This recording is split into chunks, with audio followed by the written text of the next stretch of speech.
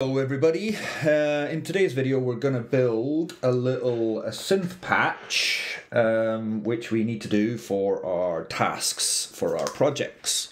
So here we are, welcome back to the grid, and we're inside Bitwig. I'm in version 5 of Bitwig and the studios are in a different version, but it basically fundamentally works the same with regards to the grid. So we're going to build it from scratch, okay? So I'm going to add an instrument track and I'll call it my synth.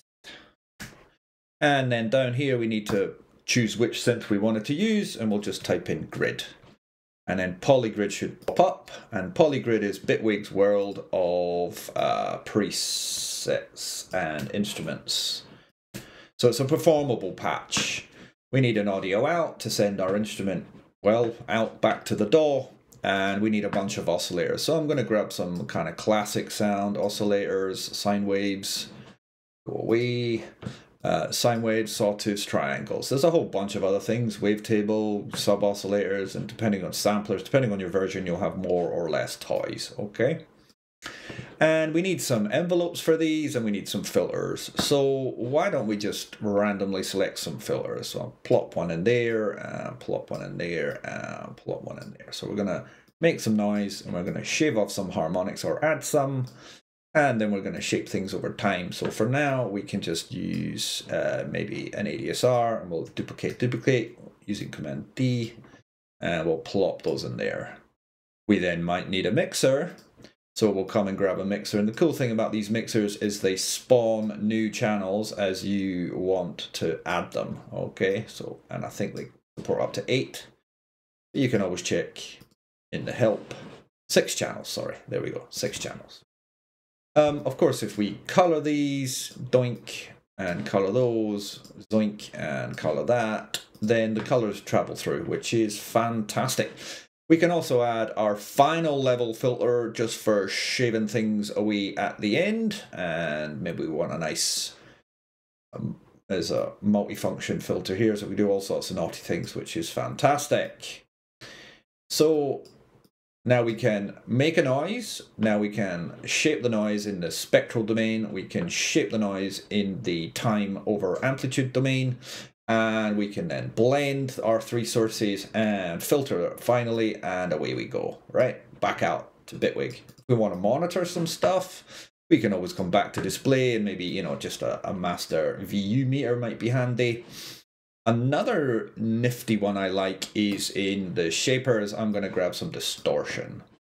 I'm then going to search for blend, and we have an audio rate blend over here. So this isn't needed to be done, but you can improvise, right? So we'll take that signal, smash it into our distortion, add some distortion shaping, grab that over there, and all we need to do is take that into here and then put that into there. So this top level line is all going to be clean, if you will, right? Straight and clean, straight out, and away we go. This bottom blue line now, which I've just colored, we can use the blend knob, which is kind of like a crossfader, to go all the way clean, just the red, all the way distorted only, and a nice little, well, blend of the both, right? So we should have some noise.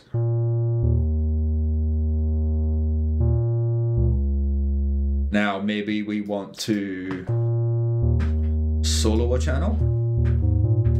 There's my sine wave, but obviously it sounds a little bit twisted because got some distortion on it. And what we could do is make this into a sub oscillator, change this ratio.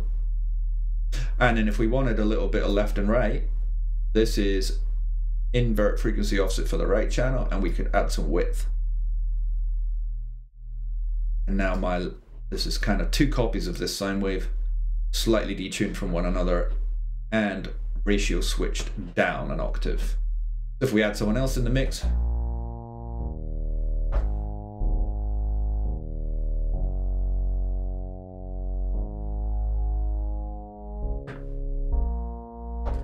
these are the same envelopes, so we could change the envelope.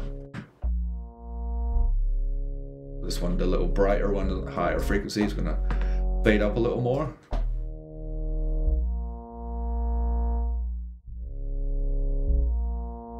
Cool, add some resonance, make it whistle a little. Cool. Okay, you can change the envelope types up here, and that gives us some nice curves and stuff.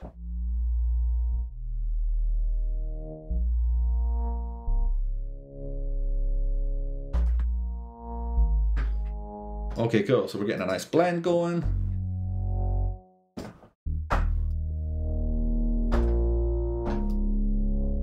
Okay, cool. So we need an LFO for sure. We need some modulation. And how's about we display that and we just call it selecting here, modulation. And another thing I like to do is add an attenuator, and this will hopefully make a wee bit more sense in a minute, and grab a modulator out. So let's say a classic one for an LFO is to like put it onto the filter. So it's wah, wah, wah, you know, you've heard that a million times. So let's click on the ball and arrow, which you see in multiple places. And the ball and arrow will allow us to send a little bit of that LFO signal, however much we click and drag, to our destination. And then we click off. And so now when we make some noise and we slow this baby down, and maybe we want to look at it as well so we can see what we're modulating. So we'll take you and slap it in there. And we'll pull the speed down. We now have... And of course this is only opening because that is only providing us positive values. And if we hit the little plus or minus, we've now got proper wub-wubs opening and closing, right? Of course, if it was square wave,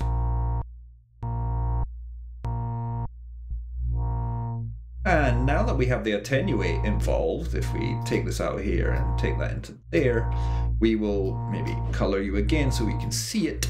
You will be able to see that if I turn the attenuator down, it's exactly the same, it's just quieter, and now that's not as opening and closing because we've attenuated the LFO that's hitting it. If we map this straight to something, we don't have an attenuator. You don't have to do this, but I kind of find it handy. So now we've mapped a little bit of LFO wobble to our filter. We could, of course, add a little bit to our distortion as well. Right, so we've got a little bit of distortion kind of getting turned up and down. And it doesn't stop there. Maybe we're going to pan this little high frequency whiny one. And we should feel some movement if we solo it.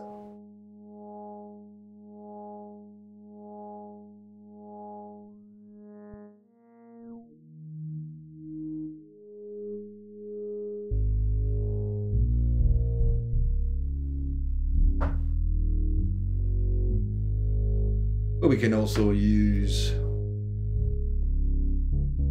well, we can do whatever we want really, right? Maybe we want to add some width to this, so we're going to have a positive and negative version, which is just kind of detuned, and we'll get some nice stereo width.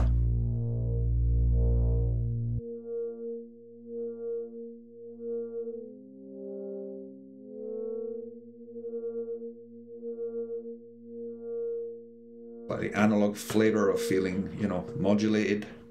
Slightly detuned.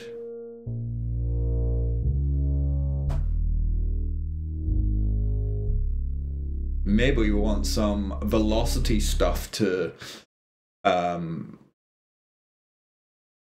so if we hit harder, we're going to open up the filter. If we hit harder, we're going to add more distortion. So if we come in here and we look at velocity in, we can see the velocity that we're getting in. And then maybe we can use a velo mult, which would change the velocity to as a multiplier, so we can squeeze that in somewhere. Maybe we could squeeze it straight in here. So it's going to pick up velocity, and then depending on how hard we are, we're going to drive more signal or less signal into here, right?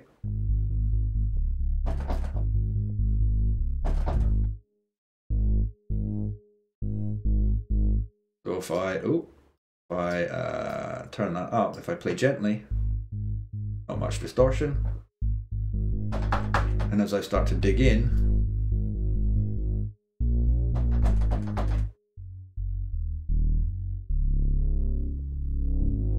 and you can use these all over the place, right? Maybe we want to use velocity. And again, we can, you know, duplicate this little subroutine over here and pop you into there. Yoink. And maybe duplicate you as well and pop you over here.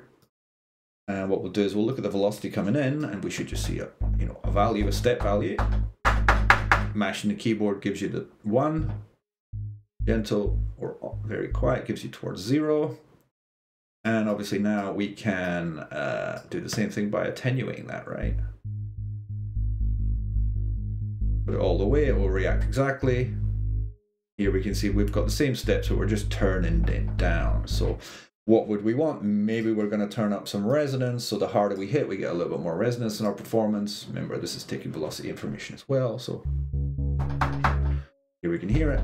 Well, I like more of that.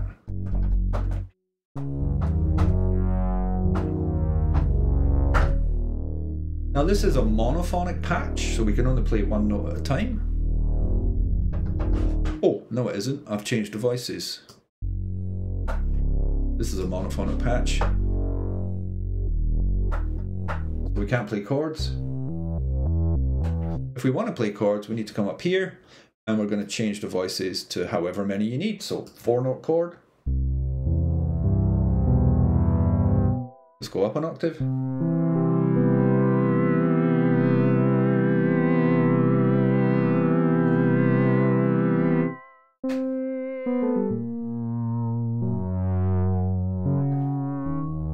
Now these are nice ones to move. I'll take a little bit of this velocity shenanigans and we'll use some wave folding and maybe skew our sine wave a little. Now.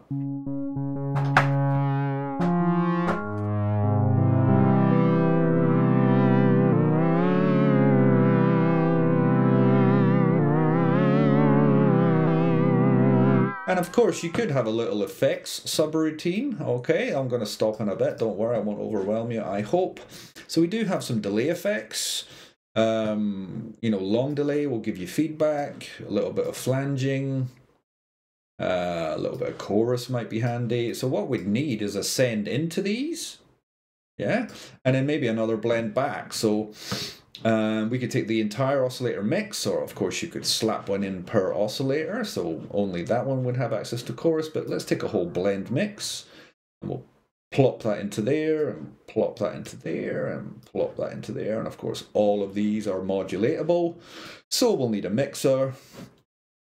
Let's grab a mixer again and slam it on the end of there, and then throw you into there, and then throw you into there, and again, before we hit home, maybe we want to hold down and we'll have another blender, right? And this blend is going to be between that and that. So we'll maybe rename this one and we'll call it FX blend. This one is distortion, so dist blend.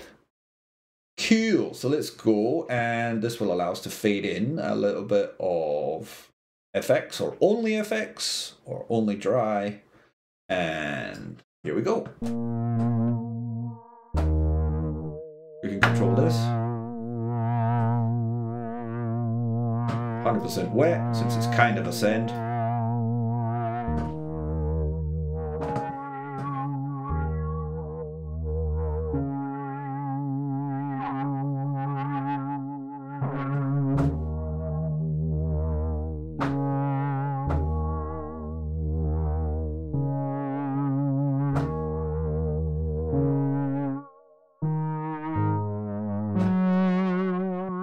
Just chorus.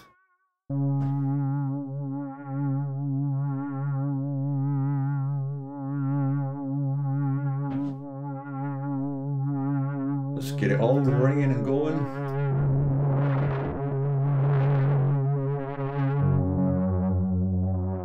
And now we've got a monster, right? A 4-note.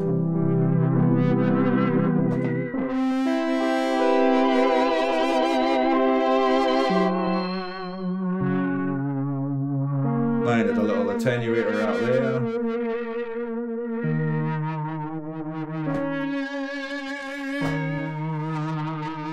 And of course these things you can map to MIDI, yeah, map to a controller.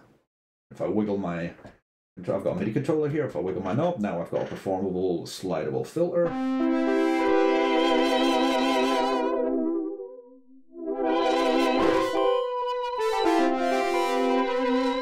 And of course, we could actually map this to a controller as well, right? So now I've got a way of changing the filter types and cycle through the massive list.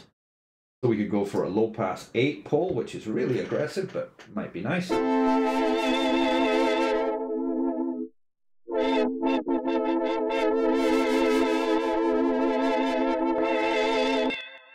Bandpass.